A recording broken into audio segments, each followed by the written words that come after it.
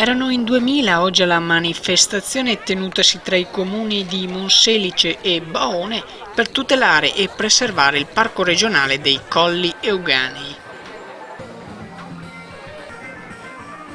5 i cortei partiti da varie città che poi si sono uniti in un unico serpentone a Marendole.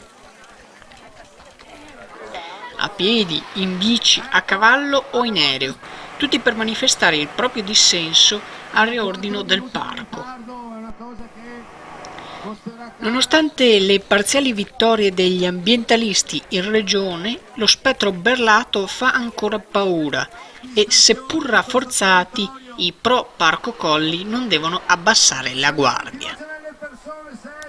I 2000 manifestanti di tutte le età hanno poi raggiunto Ca' Barbaro, dove è stata realizzata una foto aerea dell'evento. A raccontarci di tutto ciò, ai nostri microfoni c'è Francesco Miazzi, l'ideatore dell'evento. Sì, una giornata straordinaria con la mobilitazione di centinaia di migliaia di persone, direi a questo punto, che hanno risposto all'appello del coordinamento delle associazioni ambientaliste, che hanno fatto di oggi una giornata ricompositiva di una mobilitazione che va avanti da mesi, fatta di passeggiate, di petizioni, di raccolte firme, di mozioni all'interno e fuori dei consigli comunali.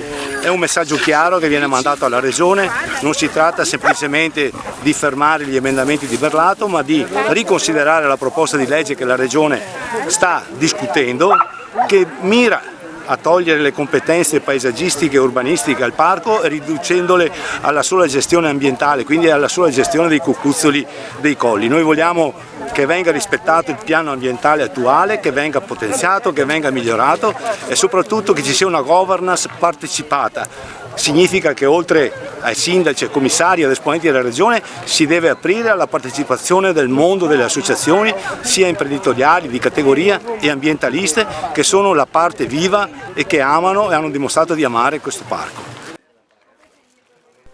Potete trovare il video completo della manifestazione su Zwischimer Channel Premium sul nostro account di YouTube e i contenuti extra con la fotogallery sul nostro sito internet o nelle nostre pagine social.